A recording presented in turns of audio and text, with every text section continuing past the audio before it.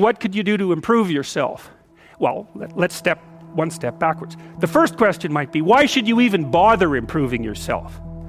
And I think the answer to that is something like, so you don't suffer any more stupidly than you have to. And maybe so others don't have to either. It's something like that. You know, like there's a real injunction at the bottom of it. It's not some casual self-help doctrine. It's that if you don't organize yourself properly, you'll pay for it, and in a big way, and so will the people around you. Now, and you could say, well, I don't care about that, but that's actually not true. You actually do care about that, because if you're in pain, you will care about it. And so you do care about it, even if it's just that negative way, you know. It's very rare that you can find someone who's in excruciating pain who would ever say, well, it would be no better if I was out of this. It's sort of, pain is one of those things that brings the idea that it would be better if it didn't exist along with it. It's incontrovertible. So you get your act together so that there isn't any more stupid pain around you than necessary. Well, so then the question might be, well, how would you go about getting your act together? And the answer to that, and this is a phenomenological idea too, it's something like, look around for something that bothers you and see if you can fix it. You can do this in a room. It's quite fun to do it just when you're sitting in a room, like a room, maybe your bedroom. You can sit there and just sort of meditate on it and think, okay, if I wanted to spend 10 minutes making this room better, what would I have to do? And you have to ask yourself that, right? It's not a command, it's like a genuine question. And things will pop out in the room that you know, there's a stack of papers over there that's kind of bugging you, and you know that maybe little order there would be a good thing, and you know, there's some rubbish behind your computer monitor that you haven't attended to for like 6 months, and the room would be slightly better if it was a little less dusty and the cables weren't all tangled up the same way. And like, if you allow yourself just to consider the expanse in which you exist at that moment, there'll be all sorts of things that'll pop out in it that you could just fix. And you know, I might say, well, if you were coming to see me for psychotherapy, the easiest thing for us to do first would just be to get you to organize your room. You think, well, is that psychotherapy? And the answer is, well, it depends on how you conceive the limits of your being. And I would say, start where you can start. You know, if something announces itself to you, which is a strange way of thinking about it, as in need of repair, that you could repair, then hey, fix it. You fix 100 things like that, your life will be a lot different. Now, I often tell people too, fix the things you repeat every day, because people tend to think of those as trivial, right? You get up, you brush your teeth, you have your breakfast, you know, you have your routines that you go through every day. Well, those probably constitute 50% of your life. And people think, well, they're mundane, I don't need to pay attention to them. It's like, no, that's exactly wrong. The things you do every day, those are the most important things you do. Hands down. All you have to do is do the arithmetic. You figure it out right away. So 100 adjustments to your broader domain of being, and there's a lot less rubbish around, and a lot fewer traps for you to step into. And so that's in keeping with Jung's idea about erasing once you've got your mind and your emotions together, and once you're acting that out, then you can extend what you're willing to consider yourself and start fixing up the things that are part of your broader extent. Now, sometimes you don't know how to do that. So you might say, imagine you're walking down Bloor Street and there's this guy who's like alcoholic and schizophrenic and has been on the streets for 10 years. He sort of stumbles towards you and, you know, incoherently mutters something. That's a problem. And it would be good if you could fix it, but you haven't got a clue about how to fix that. You just walk around that and go find something that you could fix, because if you muck about in that, not only is it unlikely that you'll help that person, it's very likely that you'll get hurt yourself. So, you know, just because while you're experiencing things announce themselves as in need of repair, doesn't mean that it's you right then and there that should repair them. You have to have some humility. You know, you don't walk up to a helicopter that isn't working and just start tinkering away with it. You have to stay within your domain of competence. But most of the time, if people look at their lives, you know, it's a very interesting thing to do. I like the idea of the room, because you can do that at the drop of a hat. You know, you go back to where you live and sit down and think, okay, I'm going to make this place better for half an hour. What should I do? And you have to ask. And things will just pop up like mad. And it's partly because your mind is a very strange thing. As soon as you give it a name, a genuine aim, it'll reconfigure the world in keeping with that aim. That's actually how you see to begin with. And so if you set it a task, especially, you have to be genuine about it, which is why you have to bring your thoughts and emotions together, and then you have to get them in your body so you're acting consistently. You have to be genuine about the aim, but once you aim, the world will reconfigure itself around that aim, which is very strange. And it's technically true.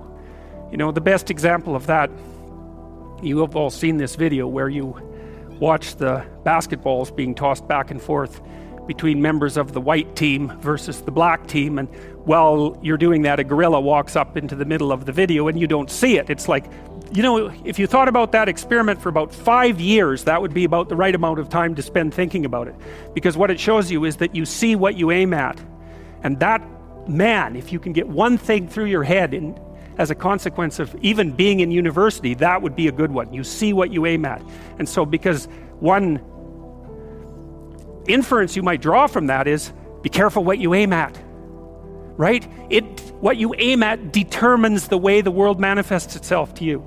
And so if the world is manifesting itself in a very negative way, one thing to ask is, are you aiming at the right thing? Now, you know, I'm not trying to reduce everybody's problems to an improper aim. People get cut off at the knees for all sorts of reasons. You know, they get sick, they have accidents. There's a random element to being, that's for sure. And so you don't want to take anything, even that particular phrase, too far.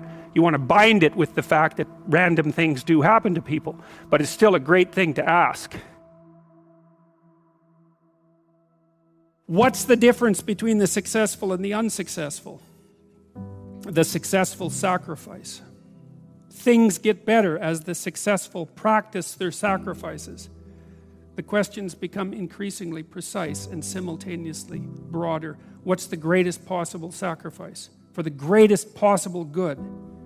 And the answers become increasingly deeper and profound. You can conjure up a representation of yourself. You can conjure up a variety of potential representations of yourself in the future. You can lay out how those future representations of yourself are likely to prevail or fail. You can cull the potential yous in the future that will fail, and then you can embody the ones that will succeed. You do that well simultaneously, conjuring up a representation of your current state and determining for yourself, because of your undue suffering, which elements of your pathetic being need to be given up so that you can move forward into that future. And the goal, what is it that you're aiming at with that work and that sacrifice? That's the ultimate question. It's the question I was trying to address in that writing. What is it that you're trying to do? Well, you're trying to improve the future. We believe that the future can be improved. We believe that it can be improved as a consequence of our sacrificial work. And so, once again, what are the limitations? What are the limits to that? What are the necessary limits to that? I would say we don't know. I would say as well that that's actually something that the entire corpus of biblical stories is trying desperately to articulate, to figure out and articulate, right? We conjured up this remarkable idea. The future exists. We can see it even though it's only potential. We can adjust our behavior in the present in order to maximize our probability of success in the future. How best to do that? Well, the idea is something like, don't hesitate to offer the ultimate sacrifice if you want the future to turn out ultimately well. Now, obviously, that idea is clothed in metaphysical speculation and religious imagery, but it still remains an intensely practical issue, right? What is it that you could contract for, let's say, if you were willing to give up everything about you that's weak and unworthy? Then you were talking about negotiation, right? And you said, well, you said something like, don't people who feel good about themselves, aren't they able to negotiate better? And negotiation is actually a practical issue to some degree. Like, the first thing is that you have to figure out what you want. Because you were saying, well, it's not merely rational. It's like, yeah, that's for sure. You have to bargain from a position of authority, let's say, not power. Authority is a better word. But you don't have authority unless you know what you're talking about, and unless you can bring, and you can't say no unless you've set yourself up with alternatives. So when you go to your boss and you negotiate for a raise, You need to have the sort of CV that enables you to go find another job, and you have to have your CV prepared, and you have to have looked for another job, and you have to be able to get one. Because then you can go in there and say, I'm not as productive as I could be at my current level of remuneration. It's not reflective of what I'm able to do, and I want this, and this is what will happen. If you give me this, this will be the good things that will happen, and what do you think of that? And the person is going to know, even by the way that you hold yourself while you're having the discussion, whether or not you're someone with options. And you can't fake that. Well, you can, but it's not helpful. Like, it just doesn't work for very many iterations. You have to, it's not rational. You're preparing yourself for battle. That's what you're doing. And you can't be weak when you prepare yourself for battle. Because if the person says, no, I'm not giving you a raise, which is exactly what they should say, because what are they going to do? Just like sprinkle the money around? You need to be able to say, okay then, there will be consequences that you don't like. And that's what it means to say no to someone. No means, if you continue to push this, things will happen that you don't like. Now in that case, it'll be, I'll depart and take my talents with me. And if they don't care, well then you're in the wrong business, or you don't have any talents to begin with, right? Which is, so in order to negotiate properly, you have to put yourself in a position where you can push back as hard as you're going to be pushed on. And that means you have to open up your space of available options, because otherwise the person says no and that's it, you're done. Well, you'll lose then. It's as straightforward as that. Now, with regards to the self-esteem part, is practice on small things. Because you build the skills, forget about the self-esteem. It isn't about being confident or feeling confident or any of that. It's about knowing bloody well how to negotiate. Start with small things, you know.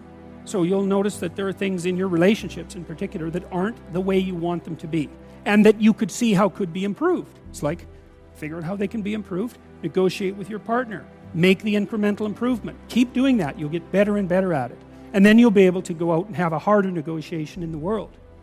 So, you know, people have told me many times that when they listen to me talk, they're hearing things that they already knew but didn't know how to say. It's something like that. And this is one of those things that I think is exactly like that. I mean, I think it's at the very core of our moral knowledge, which is our behavioral knowledge and our perceptual knowledge. I mean, let's get this straight. Moral knowledge is no trivial matter. It's knowledge about how it is that you orient yourself in the world. There's no more profoundly necessary form of knowledge. Well, it's predicated on something that's exactly like this. We know that we have to make sacrifices. We know that we have to aim at what's good. So then why isn't that we don't aim at what's best and make the sacrifices that are necessary in order to bring that into play? I think it seems to me that in some sense that's self-evident. The question is why we don't do it, but there's answers to that too already in the material that we've covered. Life is hard, and it hurts people. It's rife with limitation, and some of it's arbitrary, and it's no wonder, and some of it's unjust, and some of it's worse, some of it's malevolent, which is even worse, and something I haven't talked about at all in this lecture. It's not surprising that that combination of vicissitude can turn people against being. But I think even when that happens, and even when people have the kind of history that if they revealed to you, you would say, well, it's no wonder you turned out that way. The people who turn out that way still know that it's wrong. They still know that however deep their own suffering, however arbitrary their own suffering, however much that's caused by the malevolence of others, as well as the tragedy of existence, that does not in any way justify their turning away from the good. And I believe everyone knows that. To what end should you devote your life? It's a good question. That's the question of the meaning of life. And you know, people need meaning in their lives because their lives are difficult. Maybe you think, no, life isn't that hard. It's like, oh, not only is it that hard, it's even harder than you think. You're going to be tested, that's for sure. And if you have a sustaining meaning, then well, Nietzsche said himself, he who has a why can bear any how. Why would you look in the darkest places? Because in the darkest places you can find what still shines. If it can shine in the darkest places, then you know it's a real light. And so you look at the things you don't want to look at. You have to look at the things you don't want to look at. Well, why do meaningful things? Well, first of all, what is meaning? But then why do meaningful things? And the answer is, well, because life is suffering. and malevolence. It's ineradicable at its core. It's like, that will take you out. Make no mistake about it. You need you need to be armed with virtue in order for that not to turn into hell.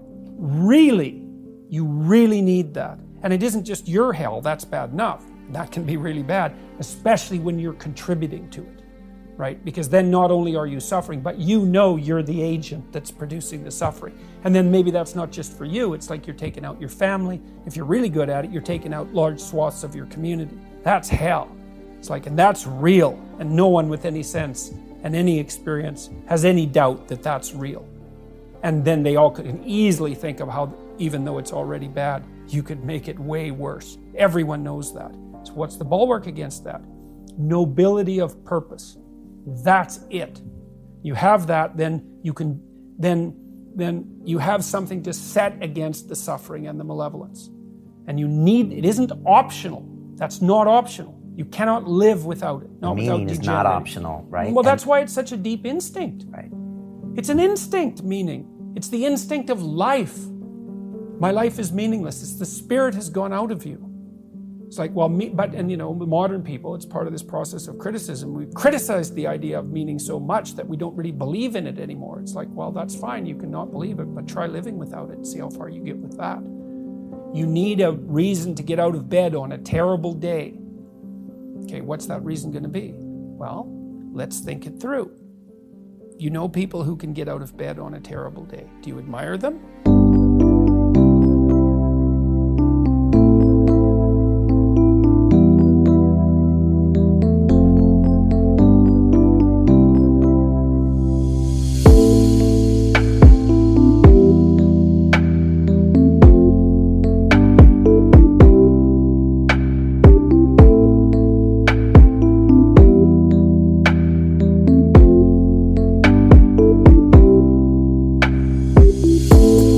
Yes. What are those people like? Are they taking responsibility for themselves? Definitely. Do they have excess capacity, so they're taking responsibility for other people? Yeah. Are they doing difficult things? Yes, obviously. The more you respect them, the more you also see that they're doing difficult things and doing them well. So what does that mean? Do some difficult things. Do them well. So pick up your goddamn burden and walk up the hill. Yep, I get it. And people do get it. And it's not surprising because that's the alternative to hell. Accept the burdensome condition of suffering voluntarily and you transcend it. It's like you've got a problem with the world. Hey man, no wonder you have a problem with the world. Like the world is a pretty rough place and it could use some work. It's like, have you done all your work? If the answer to that is no, then I would say, put in order what you can put in order. It's like, well, you have a problem. Okay, what's the problem? What are its constituent elements? What are the smallest implementable steps that we could take to start to address the problem? Implement the best plan that you have at hand. That's it. You'll learn. It won't be the right plan. It doesn't matter. You'll learn, implementing that plan, you'll learn a whole bunch, and then the next plan you make will be better. Implement the best plan you have at hand. Imagine that you were in a bad relationship. And maybe you weren't that happy about it, but it was better than no relationship at all. And then the person that you were in a relationship betrayed you. And maybe they did that because you actually weren't that happy with the relationship anyways. Maybe they did that because you were a little bit naive. Or maybe they did that because you were a little bit too easy to get along with and as a consequence a little bit on the boring side.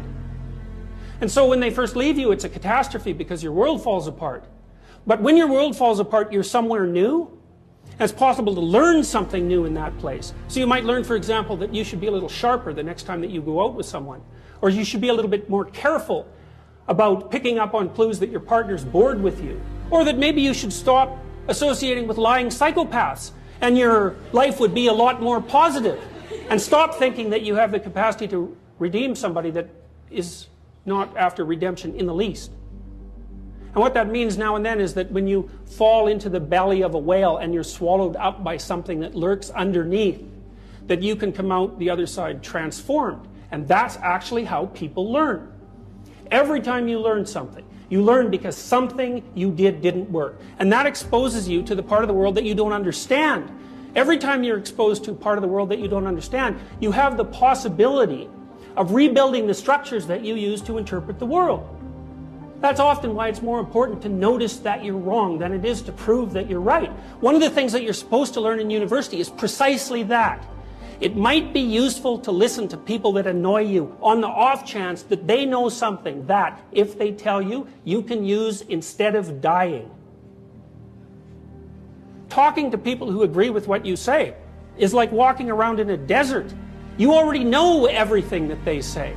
The reason you're associating with them in that situation is so that they never say anything that challenges you, because you're afraid that if you go outside of what you understand, that you won't be able to tolerate the chaos. But it isn't the case. People have an unbelievable capacity to face and overcome things they don't understand. And not only that, that's essentially what gives life its meaning. The Buddhists say life is suffering. And you think, well, if that's the case, why bother with it? And people do ask that question, and they ask it in ways that result in their own destruction, and worse, in the destruction of others. So, for example, people who become particularly cruel, particularly in a genocidal manner, are more than willing to dispense with as many human beings as they can possibly train their sights on, because they're so disgusted by the nature of human limitation that they'd rather eradicate it. And lots of people become suicidal because they can't bear the conditions of their own existence. And suffering is real, and it's inescapable. So the question is, what do you do about it? You notice in your own life, and you can do this by watching your own life. Now, I often ask my clients to do this. Say, look, watch your life for a week. And pretend you don't know who you are, because you don't know who you are at all. What you understand most about yourself are the arbitrary presuppositions that you use to hem yourself in. And you act as if those presuppositions are true, so that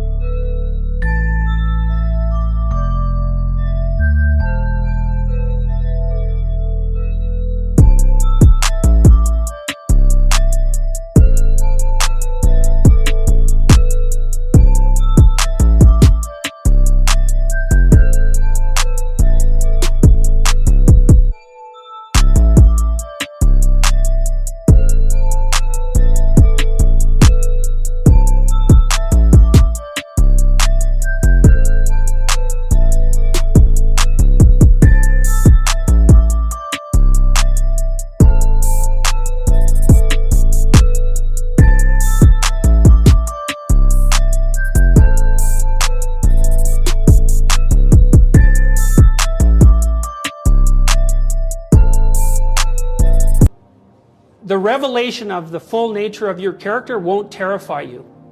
People hide in their own boxes, and it's not surprising, but it's not a good idea, because life is too hard to hide in a box.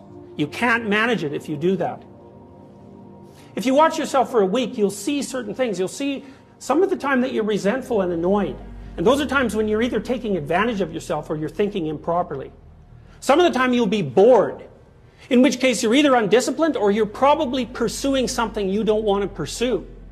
And some of the time you'll actually be engaged in life. And the times that you're engaged in life, you won't notice that you're there. Right? The distinction between subject and object disappears when you're engaged in something that you find meaningful. The purpose of life, as far as I can tell from studying mythology and from studying psychology for decades, is to find a mode of being that's so meaningful that the fact that life is suffering is no longer relevant. Or maybe that it's even acceptable. And I would say as well that people know when they're doing that. You know when you're doing that in part because you're no longer resentful. You think, geez, I could do this forever. Right? There's a timelessness that's associated with that state of being. From a mythological perspective, that's equivalent to brief habitation of the kingdom of God. That's the place where you are that's so meaningful that it enables you to bear the harsh preconditions of life without becoming resentful, bitter, or cruel. And there's nothing that you can pursue in your life that will be half as useful as that. Don't remain in stasis. You get old way, way faster than you think. Time ticks away, man. Get at it. Get out there in the world. Have your adventure. Get the hell out there. Do something. Fail. Fail while you're trying. Then you'll learn why you failed. Then you won't have to fail again.